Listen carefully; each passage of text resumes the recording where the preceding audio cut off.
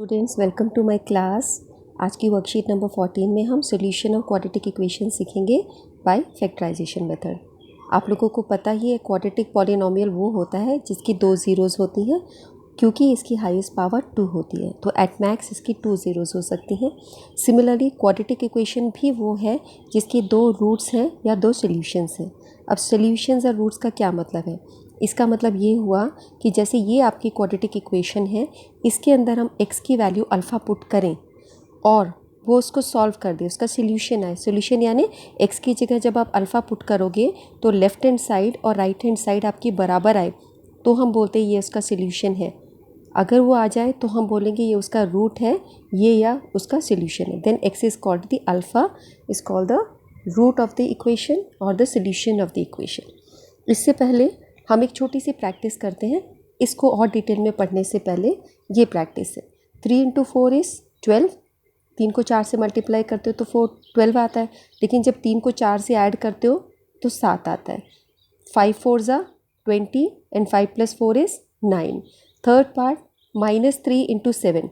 यहाँ पे एक नंबर माइनस में है, एक नंबर प्लस में है, तो मल्टीप्लाई में 21 नहीं आएगा, -21 आएगा। ठीक है, -3 + 7 का आंसर 4 आएगा। 4 किस लिए? क्योंकि 7 इज़ द बिगर नंबर और उस पर प्लस का सिंबल है, तो 4 आएगा, -4 नहीं होगा।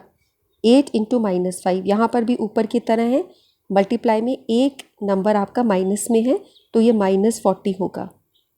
यहाँ पर माइनस है, 8 - 5 दो नंबर्स का एडिशन भी बोल सकते हैं, पॉजिटिव नंबर और नेगेटिव नंबर का एडिशन, तो वो तुम्हारा होगा +4। क्यों? क्योंकि फिर +4 नहीं 3, 8 - 5 इज़ 3 और नंबर क्या होगा? प्लस में होगा, क्योंकि 8 इज़ बिगर नंबर और 8 पे जो साइन है वो प्लस का है। तो ये तुम्हारे सब सॉल्यूशंस होंगे। एक चीज़ मैं इसमें तुम्हें और बता दूं कि मल्टीप्लाई के अंदर अगर दोनों नंबर तुम्हारे माइनस में होते, जैसे कि यहाँ पर अभी हमने लिया था -3 इंटू 7, तो हमारा आंसर आया था -21। अगर ये -7 होता तो प्लस आंसर होता। जब दो माइनस आपस में मल्टीप्लाई होते तो वो प्लस में हो जाते। ठीक है, इसी को हिंदी मीडियम में समझ लेते हैं। आज द्विघात समीकरणों की गुणनखंड विधि से हम लोग हल निकालेंगे। द्विघात बहुपद वो होता है जिसके 2 शून्यक होते हैं, क्योंकि इसकी उच्चतम घात 2 होती है। इसी प्रकार द्विघात समीकरण के 2 मूल होते हैं या 2 हल होते हैं। हल का मतलब हुआ x = बराबर अल्फ़ा मान अगर इस समीकरण में हम डालेंगे तो वो उसका हल आएगा, यानी उसका दायां पक्ष और बायां पक्ष दोनों एक जैसा आएगा। तो आज हमको परिणाम के इसके गुणनखंड निकालने सीखने हैं, मध्य पद तोड़ के यानी स्प्लिटिंग द मिडल टर्म। इस एक्सरसाइज को हम पहले से कर चुके हैं। मध्य पद तोड़ने के बहुत सारी वर्कशीट्स हमारी क्लास 9th की भी तैयार हुई हैं। आप चाहो तो क्लास 9th की वर्कशीट को देख सकते हो, उसमें ऐसे हमने बहुत से क्वेश्चंस करे। जैसे यहाँ पर आपके पास क्वेश्चन है 2x² + -5x + 3। अब इसमें a का मान है 2। कैसे हुआ? देखो, ये हमने समीकरण लिख दिया ax² + bx + c = 0। ये आपकी क्वाड्रेटिक इक्वेशन होती है, स्टैंडर्ड फॉर्म। ठीक है, उसके नीचे हमने ये नंबर लिख दिया 2x² - 5x + 3 = 0। तो अब a की वैल्यू क्या आई? a की वैल्यू हुई 2। इसको कंपेयर करो, जो x² से मल्टीप्लाई हो रहा है वो a की वैल्यू है, तो a की वैल्यू हो गई 2। x से जो गुना हो रहा है वो b की वैल्यू है, तो b की वैल्यू हो गई -5। ठीक है, और c की वैल्यू हो गई 3। ये a b c तीनों कैसे निकाले समझ आया ना आप लोगों को? इस तरीके से आपको a b c ठीक लिखना है। यहाँ पे प्लस माइनस की गड़बड़ी मत कर देना। b को तुम -5 लिखने के बजाय ध्यान ही ना दो और b को +5 कर दो, ऐसे लिख दो भैया हमसे तो प्लस माइनस की गलती हुई है, सारा क्वेश्चन रॉन्ग हो जाएगा। ध्यान से देखो, b की वैल्यू -5 है। ठीक है, अब इसके बाद हमको ये देखना है कि ये a इंटू सी क्या होगा। a इंटू सी है आपका 2 × 3। a की वैल्यू 2 थी और c की वैल्यू 3 थी, तो 2 × 3 क्या होता है 6, और b की वैल्यू क्या है 5 है, b की वैल्यू -5 है। तो आप अब नेक्स्ट क्या चीज़ है इसके अंदर, ये इसका बेसिक स्टेप है कि आपने 6 को, ये जो नंबर है जो ये मल्टीप्लिकेशन आया 6, इसको हम ऐसे भी लिख सकते हैं 1 × 6। इसको हम 2 × 3 भी लिख सकते हैं और इसको हम -2 × 3 भी लिख सकते हैं। तीनों केसेस में मल्टीप्लाई करके 6 ही आएगा। ठीक है, अब एक एक्सरसाइज है छोटी सी। 6 × 1 क्या होता है? 6 होता है। 6 + 1 क्या होता है? 7 होता है। 2 × 3 क्या होता है? 6 होता है। 2 + 3 क्या होता है? 5 होता है। -2 इंटू -3 क्या होता है, 6 होता है। मैंने अभी आपको बताया था 2 माइनस की मल्टीप्लिकेशन हो तो प्लस में आंसर आता है 6, और -2 प्लस -3 क्या होता है, -5। इसको आप साफ साफ अक्षरों में यहाँ देख सकते हो, ये हमने सारा सॉल्व कर रखा है। तो हमें दो नंबर्स इस तरीके से देखने हैं कि हमारे मल्टीप्लाई करके तो 6 बने पर ऐड करके 5 बने। तो अब कौन सी कंडीशन है यहाँ पे, जहाँ पे मल्टीप्लाई करके 6 है और ऐड करके 5 है, ओनली ये बीच वाली कंडीशन बन रही है ना। ऐड करके -5 हो तो ये नीचे वाली कंडीशन बन रही है, सी पार्ट वाली बन रही है। यहाँ पे मल्टीप्लाई करके 6 आ रहा है और ऐड करके -5 आ रहा है, यानी हमारे -2 और -3 वो नंबर्स हैं जिनको हम मल्टीप्लाई करते हैं तो 6 आता है और इनको हम ऐड करते हैं तो -5 आता है। ये चूजिंग जो है ये बहुत तुम्हें ध्यान देनी है, और ये सारा जो हमने करा ये तुम्हारा सारा मेंटल प्रोसेस है, ये मेंटल प्रोसेस करना है। और बाय प्रैक्टिस ये तुम देखोगे बहुत स्मार्ट हो जाओगे, इसमें कुछ लिखने की ज़रूरत नहीं पड़ेगी, तुम इजीली इसको कर पाओगे। तो ये हमारे पास चीज़ हुई। अब हम इसको सॉल्व करना सीखेंगे कि हम इसे कैसे करें। जैसे ये आपका नंबर था, ये आपकी इक्वेशन थी 2x² - 5x + 3 = 0। अब इस -5 की जगह हम लिख देंगे -2x - 3x। इनको सब्सटीट्यूट कर देंगे, इन दो नंबर से प्रतिस्थापना कर देंगे, है ना। हमने बीच की टर्म को, मध्य भाग को, मिडिल टर्म को स्प्लिट कर दिया, दो हिस्सों में कर दिया, तो -2x और -3x। उसके बाद हमने इनका कॉमन ले लिया। कॉमन लेने में बहुत आसान है, जैसे आपका पहला नंबर था 2x² - 2x, इसमें से अगर कॉमन लेना पड़े तो दोनों के पास x है और दोनों के पास 2 है, तो 2x बाहर निकल गया, इसके पास से 2 निकला और x निकला, तो क्या बच गया, सिर्फ एक सिंगल x बच गया, और इसमें 2x पूरा ही बाहर निकल गया तो -1 बचा, x - 1। इन दोनों नंबर्स में सोचो, दोनों नंबर्स के पास में x है और -x है, तो -x बाहर निकाल सकते, अंदर रह गया।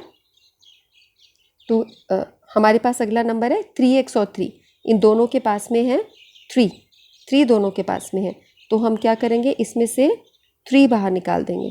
तो हमने निकाला -3 बाहर, तो हमारा अंदर रह गया x - 1। ये हमने इसमें से निकाला बच्चों, 3x + 3 में से। दोनों के पास 3 है, ये -3 कॉमन निकाल लिया। आपको मैंने पीछे बताया था ये ब्रैकेट जो है ये सेम आनी चाहिए, क्लास 9th की वर्कशीट में बहुत अच्छा डिस्कस हुआ है। ये दोनों ब्रैकेट सेम आ रहा है तो हमारा सारा फैक्टराइजेशन ठीक चल रहा है। तो फर्स्ट ब्रैकेट तुम्हारा हो जाएगा 2x - 3 का ये वाला, और फिर हो जाएगा x - 1 ये वाला। ठीक है, ये समझ आया। इसको हम लोग क्लास 8th में भी हमने करा था, क्लास 9th में भी हमने करा है, और क्लास 10th में भी ये यूज़ आ रहा है। इसके बाद में जब ये नंबर्स बन गए तो पहले वाली ब्रैकेट को = 0 कर दोगे, फिर दूसरे ब्रैकेट को = 0 कर दोगे, आइदर दिस इज़ 0 और दिस इज़ 0। अब जब ये जो तुम्हारा नंबर बन गया 2x - 3 = 0, इसको जब आप सॉल्व करोगे तो -3 इधर आके हो जाएगा +3, ब्रैकेट के इस तरफ जाके -3 +3, और x की वैल्यू क्या हो जाएगी, 2 यहाँ मल्टीप्लाई हो रहा है तो इधर आके डिवाइड 3/2। इसी तरह जो दूसरा ब्रैकेट था तुम्हारा x - 1 = 0, ये 1 उधर जाके हो जाएगा +1, x = 1। तो इस तरीके से हमने इसके रूट्स निकाले। तो रूट्स निकालने के लिए हमारा बेसिक स्टेप क्या था, हमें दो नंबर्स ढूंढने थे। दो नंबर्स ढूंढने के बाद हमें क्या करना था, हमें नंबर्स को चूज़ करके मिडल टर्म को स्प्लिट करना था। ये मिडल टर्म स्प्लिट हो गई, उसके बाद हमें कॉमन फैक्टर निकालने हैं, उसके गुणनखंड करना है, फैक्टराइज, और उसके बाद में दोनों जो फैक्टर्स आए उनको = 0 करके यहाँ पे तुम्हें जैसे सरल समीकरण हल करते हैं उस तरीके से हमने इनके शून्यक या मूल निकाल दिए, और मध्य पद को तोड़कर स्प्लिटिंग द मिडल टर्म करके करें। तो ये आपका चरण था कि ABC निकालो। चरण 2 था कि ये नंबर्स ढूंढो कि गुना करके क्या आना चाहिए, बीच वाली चीज़ क्या होनी चाहिए, B। उसके बाद गुणनखंड करा हमने, फिर हमने मध्य पद को तोड़ा, स्प्लिटिंग द मिडल टर्म, और उसके बाद ब्रैकेट्स में लगकर इसको हमने सॉल्व किया। ठीक है, ये इसके सारे स्टेप्स हैं। अब यहाँ पर जैसे अगर कोई बड़ा नंबर आपके पास आ जाए 376, 2345, 345, ये बड़े बड़े नंबर है, तो यहाँ पे हम कैसे चूज़ करें, मिडिल टर्म को कैसे ब्रेक करें। जैसे यहाँ पे तो बहुत छोटा सा नंबर था ना -5x, और वो नंबर था वो 6 था, ईजी नंबर था, तो छोटा सा नंबर हम मेंटली कर पा रहे, इतने बड़े नंबर को कैसे करेंगे। ये देखो, इसके लिए आपको प्राइम फैक्टराइजेशन की हेल्प लेनी पड़ेगी, जिसको आप चैप्टर 1 में यूज़ करते रहे हो LCM और HCF सॉल्व करने के लिए। आपने दोनों क्वेश्चंस करे हैं इसमें, ठीक है।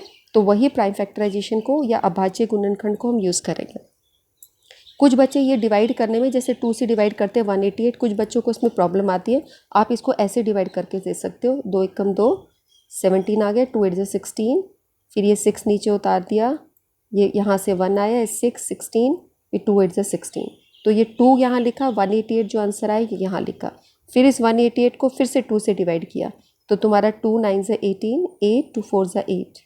आई एम श्योर इस तरह से तो सब बच्चे डिवाइड कर पाते होंगे। उसके बाद 95 को 2 से किया, छोटा सा नंबर बन गया अभी, 2 4 8, 2 7 14, और इस तरीके से तुम्हारा सारा हो गया। और अभी भी किसी को दिक्कत आती है तो 94 को ऐसे 2 से, जिस भी नंबर से आ रहे हैं ऐसे करो। आप रुको मत, ये मत सोचो ये बहुत मुश्किल है मैं नहीं कर सकता, काम तो करना ही होगा बेटा।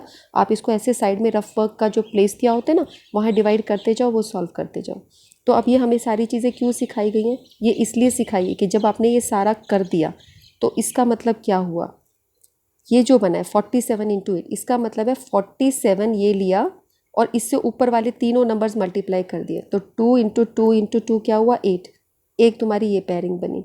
दूसरी पेयरिंग तुम्हारी क्या हो सकती है कि आप 47 पे ना रुको, आप उसको, इस डिवाइड को मैं हटा देती हूँ, आप इसको ऐसे लो, 94 पे रुक जाओ। 94 पे रुकिए आप यहाँ पर इस जगह पर, तो यानी आपने इसको 2 से डिवाइड नहीं किया, तो 94 इंटू 4, 94 इंटू 4 करके 2 इंटू 2, इसको करके भी आपका 376 आएगा। ठीक है, या आप ऐसा कर सकते हो कि हम यहीं पे रुक गए 188 पे, एक ही डिवीजन पे रुक गए, तो 188 इंटू 2 करके भी आपका 376 आएगा, और 376 इंटू 1 तो होता ही है। ये 4 अलग अलग प्रोडक्ट्स में तुम्हारा 376 आता है, तो प्रोडक्ट देख के तुम एडिशन वाले 2 नंबर्स ढूंढोगे। ठीक है, यही चीज़ हमारी हिंदी मीडियम में एक्सप्लेन करा है। 47 into 8 is 376, 4 into 94 is 376, 2 into 188 is 376, 1 into 370। ये 4 कॉम्बिनेशंस तुम्हारे बना दिए, जिनको सबको गुणा करके आपका 376 आता है, और हमने अभाज्य गुणनखंड विधि का इसमें प्रयोग किया है। अब आपके पास क्वेश्चंस हैं बच्चों। Find the roots of the following questions by factorisation. Factorisation से आपको सॉल्व करना है, गुणनखंड विधि द्वारा इन द्विघात समीकरणों के मूल ज्ञात करने हैं। चलो पहला नंबर हम लेते हैं, 100x² minus 20x plus 1 equal to 0। अब यहाँ पे a की वैल्यू 100 हो गई जो x² से मल्टीप्लाई हो रहा है, b की वैल्यू -20 हो गई जो x से मल्टीप्लाई हो रहा है, और ये कांस्टेंट c आपका 1 है।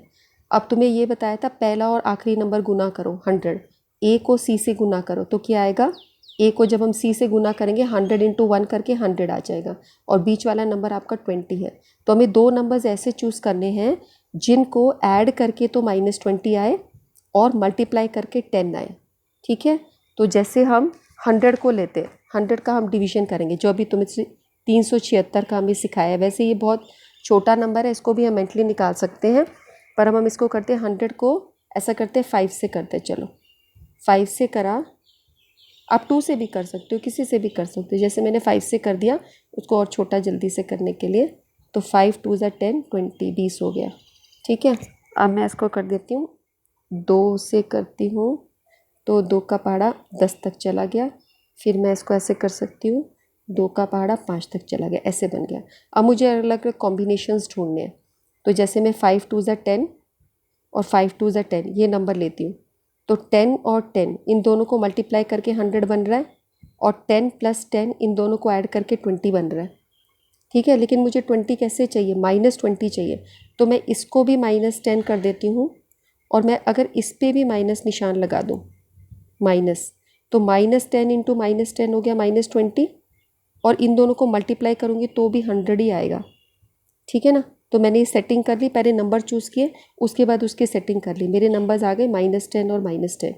इसको आप ऐसे डिवाइड करे बगैर भी सीधा आप, क्योंकि बहुत छोटा सा नंबर है कि ऐड करके 20 आना चाहिए और 100, तो आप देख ही सकते हो कि 10 इंटू 10 सबसे ईजी हमारे दिमाग में आता है कि इन दोनों को गुना किया तो 100 आया।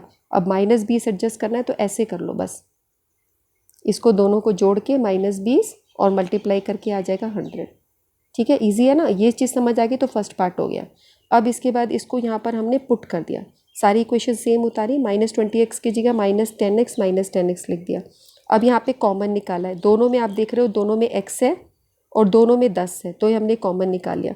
10x हमने बाहर निकाला तो अंदर रह जाएगा 10x, क्योंकि इन दोनों को गुना करके तुम्हारा 100x² बनना चाहिए, है ना। जब हम 10x को बाहर निकालते हैं तो इस 100x² में से क्या बाहर निकल गया, एक तो 10 निकल गया तो एक 10 बच गया, और एक x निकल गया तो एक x बच गया, तो इस तरीके से 10x बचा। और दूसरी वाली टर्म में तो पूरा का पूरा 10x हमने निकाल दिया, तो हमने यहाँ से इन दो टर्म से कॉमन निकाला और ये हो गया। इसी तरह यहाँ कॉमन निकालोगे तो यहाँ कुछ है ही नहीं, -1 निकाला, -1 निकालने से ये आ गया।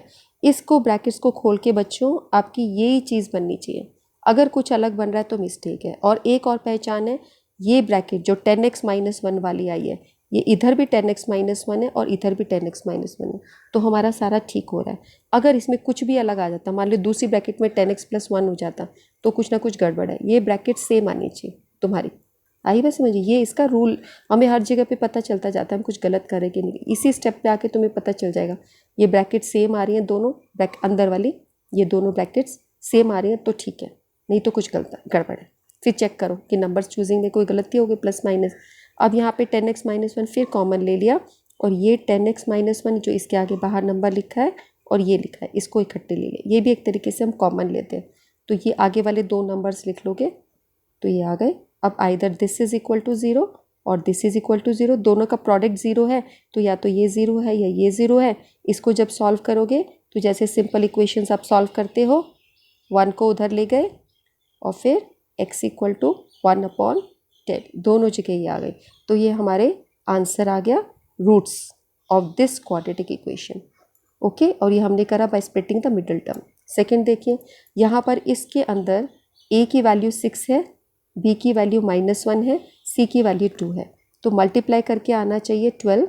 फर्स्ट और लास्ट टर्म को मल्टीप्लाई हमने करा है a और c को, यानी पहली टर्म और लास्ट टर्म को करके तुम्हारा आना चाहिए 6 2 -12 और ऐड करके आना चाहिए -1। तो ऐसे कौन से नंबर हो सकते हैं, 3 और 4 देखो, 3 और 4 को अगर हम जोड़ते हैं तो आता है 7, हाँ मल्टीप्लाई करते हैं तो 12 आएगा, वो हो जाएगा, पर जोड़ में भी हमें 1 चाहिए, तो यानी ये नंबर ठीक नहीं है, ऐसे नहीं लेना। तो 3 और 4 को दूसरे कॉम्बिनेशंस में लेते हैं, 3 और 4 को ऐसे लेते हैं, इसको ले लेते हैं +3, इसको ले लेते हैं -4। इनको जब हम ऐड करेंगे तो आएगा -1, क्योंकि -4 ये बड़ा है, इसका सिंबल आएगा, और जब इसको मल्टीप्लाई करेंगे तो -12 आएगा। तो ये सॉल्व हो गई ना, ये चीज़ सॉल्व हो गई। तो नंबर हमारे हुए -4 और 3, तो यहाँ पर हमने -4x और 3x से सब्सटीट्यूट कर दिया इस नंबर को। उसके बाद हमने कॉमन लिया, ठीक है। कॉमन जब आप ले रहे हो तो आपको फर्स्ट 2 टर्म्स का कॉमन लेना है, यानी कि 6x² - 4x का कॉमन लोगे। पहले इन दो नंबर्स का कॉमन लो, दोनों के पास 2 नंबर है, एट मैक्स 2 नंबर दे सकते हैं दोनों, अधिक से अधिक, और दोनों x दे सकते हैं। अगर मैं इसमें से 2x बाहर निकाल लेती हूँ तो इस पर क्या बचा है, 3 बचा, 2 × 3 6 आ जाएगा, और x को किससे मल्टीप्लाई करो कि x² आए, x से करो। अब आप देखो, इसको इससे मल्टीप्लाई करने पर 6x² बनता है, ये बन रहा है तो ठीक है। अब सेकंड टर्म पे आ जाओ, माइनस, इसमें से हमने 2x बाहर निकाल दिया है, तो एक x निकल चुका है, 2 निकल चुका है, तो क्या बचा है 2, 3x - 2। तो इस तरीके से तुम्हारा ये कॉमन होके ये हो गया। अब सेकंड 2 टर्म्स है, उसमें से कॉमन निकालना है, उसमें आपका है 3x - 2, इसमें कॉमन निकालोगे, इन दोनों में कोई चीज़ ऐसी नहीं दिख रही जो दोनों के पास हो, तो 1 निकाल देंगे, तो अंदर आ गया 3x - 2, तो ये आ गया 3x - 2। अब यहाँ पर ये चेक करो तुम, 3x - 2 यहाँ, 3x - 2, ब्रैकेट दोनों अंदर की सेम आ रही है, इसका मतलब हमारा काम बिल्कुल ठीक चल रहा है, कोई डरने की ज़रूरत नहीं। और यहाँ पर ब्रैकेट कुछ भी अलग आई, माइनस का निशान या कुछ भी अलग हुआ, तो हमने ये नंबर चूज़ करने में गड़बड़ की, ये जो हमने स्प्लिटिंग द मिडल टर्म के ये गड़बड़ किया, उसको दोबारा चेक करो। अब फिर इसके बाद में आपकी 3x - 2, एक ब्रैकेट तो यही बन जाएगी, और दूसरी ब्रैकेट 2x + 1, तो उसको ऐसे ले लोगे, जो नंबर्स दोनों के बाहर कॉमन हमें निकालना, ये आ गया। चाहे इधर दिस इज इक्वल टू 0 और दिस इक्वल टू 0, अब ये आपको सॉल्व करना आता है, 1 इधर आके -1 हो जाएगा, और फिर x इक्वल टू, ये नीचे आके यहाँ मल्टीप्लाई हो रहा है, इधर डिवाइड हो जाएगा, ये 3x equal to 2 -2 changes to 2 and x equal to 2/3। तो ये आपकी रूट्स आ गई of this quadratic equation. Okay, solution हो गया। नेक्स्ट आपके पास ये है, यहाँ पर इस क्वाड्रेटिक इक्वेशन के अंदर a की वैल्यू 2 है, b की वैल्यू 1 है और c की वैल्यू 300 है। तो फर्स्ट और लास्ट को मल्टीप्लाई करके -600 आएगा और ऐड करके 1 आएगा। अब हम कैसा नंबर लेके हमारे पास ये चीज़ आए, इसके अंदर हम देखते हैं कि 600 को एकदम से माइंड में आता है 20 इंटू 30, 20 इंटू 30 600 होता है। हम किसी एक को माइनस दे देंगे तो -600 हो जाएगा, है ना, मैं -600। लेकिन ऐड करके तो बिल्कुल भी नहीं बन सकता 1, ये तो 10 बन रहा है ना। तो अब इतना तो पक्का पता चल गया कि ये नंबर जो है इन दोनों के बीच में ही कहीं है, ठीक है। तो अब हम इसके फैक्टर्स भी निकाल के देख सकते हैं कि फैक्टर्स के तरीके से हम इसको कर सकते हैं। तो अब मैं इसको फैक्टर्स बनाती हूँ, जैसे प्राइम फैक्टराइजेशन के तरीके से करती हूँ। तो 600 अगर मैं इसको 5 से करती हूँ तो 5 × 5 10 आ गया, 5 × 2 = 10 120। इसको दोबारा करती हूँ, मैं 5 से करती हूँ तो 5 × 2 = 10 5 × 4 = 20। मैं यहीं पे रुक के अब चेक कर रही हूँ, आगे नहीं कर रही। क्यों? मुझे इतना पता चल गया है कि मेरा नंबर 20 और 30 के बीच में है, ऐसा कुछ है ना। तो आगे मुझे करने की ज़रूरत नहीं, क्योंकि क्वेश्चन प्राइम फैक्टराइजेशन नहीं है, क्वेश्चन तो है सॉल्विंग द क्वाड्रेटिक इक्वेशन, है ना। प्राइम फैक्टराइजेशन होता है तो पूरा करके दिखाना होता है। अब यहाँ पर 5 × 5 हुआ 25 और ये नंबर हो गया 24। 25 × 24 पक्का पक्का 600 होगा, पर मुझे चाहिए -600, तो मैं किसी एक को माइनस का निशान दे देती हूँ। अब मैं बड़े नंबर को दूँ या छोटे नंबर को? मैं देख रही हूँ b की वैल्यू 1 है, तो मैं 24 को माइनस का निशान दे देती हूँ। मैंने इसको माइनस का निशान दे दिया, है ना। तो अगर मैं इन दोनों को ऐड करूँगी तो +1 आएगा ये, और मल्टीप्लाई करूँगी तो -600 आएगा, ठीक है ना। तो हमारे नंबर चूज़ हो गए 25 और -24। तो ये हमने x की जगह लिख दिया, -24x और +25x। उसके बाद कॉमन निकाला। अब कॉमन निकालना समझ में आ गया होगा ना बच्चों आपको, कि हमें कैसे कॉमन निकालना हो चाहिए। तो दोनों के पास है, इन दोनों टर्म्स में से हमारा, इन दोनों टर्म्स में से इन दोनों में से हमें देखना है। पहली वाली दोनों संख्याएं, तो इन दोनों में 2x है, अंदर ब्रैकेट में आ गया x - 12। इस ब्रैकेट को सॉल्व करके पूरा आपका ये दो टर्म्स बननी चाहिए। इसी तरह इन दोनों में से कॉमन निकाला तो 25 बाहर कॉमन निकला, x - 12। तो इन दोनों को सॉल्व करके ब्रैकेट को ओपन करके ये दोनों टर्म ज़रूर बननी चाहिए, ठीक है। और आप देख रहे हो x - 12 x - 12 दोनों में सेम आ रहा है, इट मीन्स हम सब काम ठीक कर रहे हैं। यहाँ पे अलग आया तो चेक करना पड़ेगा। अब आपकी एक ब्रैकेट बन गई 2x + 25 की, इसका आगे वाला नंबर और इसका आगे वाला नंबर ले लिया, और एक x - 12 जो सेम ब्रैकेट थी दोनों में, ये ले लिया। फिर either this is equal to 0 और दिस इक्वल टू 0। इसको आप सॉल्व भी कर सकते हो, -25 इधर आके +25 माइनस बन जाएगा। फिर नेक्स्ट स्टेप में आके ये जो मल्टीप्लाई हो रहा था ये नीचे आके डिवाइड हो जाएगा। इसी तरह -12 इधर आके 12 हो गया। तो ये हमारी रूट्स ऑफ क्वाड्रेटिक इक्वेशन निकल गई by factorisation method, splitting the middle term. Next question आपका बच्चों एक ये है, इस क्वेश्चन को जल्दी से पढ़ लेते हैं। क्वेश्चन में बोल रहा है find 2 numbers whose sum is 27। दो नंबर निकालो जिनका सम 27 है, प्रोडक्ट 182 है। ऐसी दो संख्याएं ज्ञात करो जिनका योग 27 है और संख्याओं का गुणनफल 182 है। तो दो नंबर को मल्टीप्लाई करके 182 आ रहा है और ऐड करके 27 आ रहा है। अब यहाँ पे हमें सिर्फ नंबर्स निकालने हैं, इसने रूट्स निकालने को नहीं बोला है। रूट्स होता है तो हम बोलते हैं -b/a और c/a, जब रूट्स के अंदर होती है हमारी ये चीज़ होती है। तो अगर मैं सिर्फ इसको ओनली नंबर्स निकालने के तौर पे कंसीडर कर रही हूँ, अगर रूट्स के तौर पे कंसीडर नहीं कर रही, तो तुम ये देखो कि 182 को अगर मैं डिवाइड करने लगती हूँ किसी नंबर से, तो मेरा क्या बनता है नंबर। 182 को प्राइम फैक्टराइजेशन करके देखती हूँ, है ना। तो मैं उसको करती हूँ 2 से, तो 2 9 × 18, 2 1 सा। फिर अब 91 एक ऐसा नंबर है जो बहुत ही कम उसमें आता है, 13 7 × 91 सीधा ये होता, हमें पता होता है ना। तो अब ये नंबर्स हमारे पास आ गए। अब इसको देखो कि अगर मैं 2 को 7 से मल्टीप्लाई करती हूँ तो 14 आता है, और दूसरा नंबर मैं 13 ही रख रही हूँ। 14 और 13 को ऐड करके 27 बनेगा, और 14 और 13 को मल्टीप्लाई करके 182 बनेगा। तो नंबर्स तो आपके यहीं पे मेंटल मैथ्स का क्वेश्चन है, ये आपका सीधा यहीं पर हो जाता है। 2 नंबर्स फाइंड आउट है। आप जल्दी से ये सोचोगे कि कैसा नंबर हो सकता है। 2 तो 2 × 91 करके तो हो नहीं सकता था, तो 2 × 13 × 7, 2 × 13 आप 26 और 7 करते तब भी नहीं हो सकता था। तो आप ये कॉम्बिनेशन हमने देखा 2 × 7 14 और 13, ये कॉम्बिनेशन हो गया आराम से, ठीक है। लेकिन अगर इस क्वेश्चन को हम ऐसे मान के चले कि हमें कोई इक्वेशन बनानी है, तो अब ये देखो a × b 182 है, multiplication of numbers, addition of numbers 27 है। इसको मैं जैसे आपने इक्वेशन सॉल्व करनी सीखी थी, elimination method and substitution method, प्रतिस्थापना विधि से हम इसको करते हैं। तो अब हम इसको लिख सकते हैं, ए को लिख सकते हैं 27 माइनस बी, ऐसे लिख सकते हैं।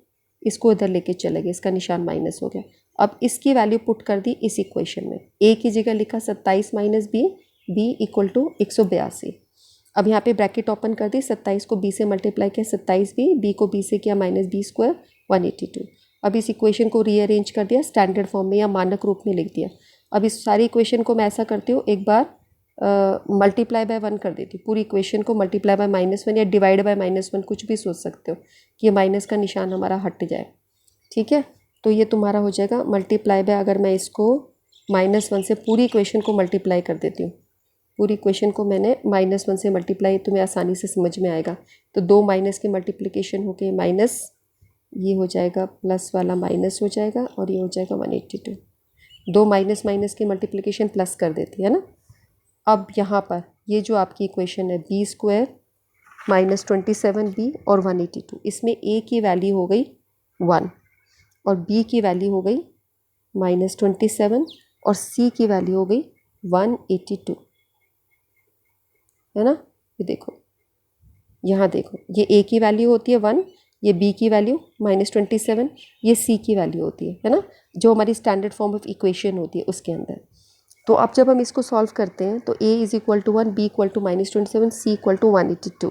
तो अब हम इक्वेशन को स्प्लिटिंग द मिडल टर्म यहाँ पे लगाओ तो हमारा हो जाएगा b square minus 14b minus 13b plus 182 equal to 0। ये हो गया। अब इन दोनों में से कॉमन लो, b बाहर निकाल सकते हैं, अंदर रह गया b माइनस 14, इन दोनों में से कॉमन लो, हम इसमें -13 कॉमन निकाल लेते हैं, तो यहाँ पे b और यहाँ -14। अभी हमने डिवाइड करके देखा था कि 13 इंटू 14 182 होता है, तो बिल्कुल माइंड ही नहीं लगाना पड़ रहा है यहाँ पर हमें, ये इक्वल टू 0 आ गया। क्यों नहीं आ रहा 0? अब ये तुम्हारा, ये देख लो, ये ब्रैकेट सेम आ रहा है, इसका मतलब ठीक चल रहा है। अब इसका आगे वाला नंबर, इसका आगे वाला नंबर, ये इकट्ठे लिख लो, b-13, ये हो गया b-14 इक्वल टू 0। ये चीज़ हो गई।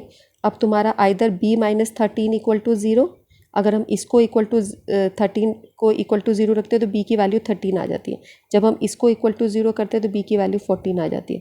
तो हो गया ना हमारा सॉल्व क्वेश्चन 13 और 14, जो मैंने ये मेंटली करा था अभी पीछे, ये हमारा मेंटली अभी सॉल्व हुआ था।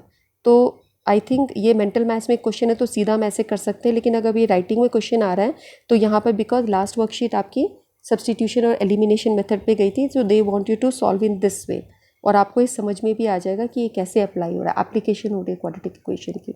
ठीक है, इस वर्कशीट को सॉल्व करो, इसके पिक सॉल्व करके अपने क्लास टीचर्स को भेजो, एंड आज का काम पूरा हो गया। Bye bye.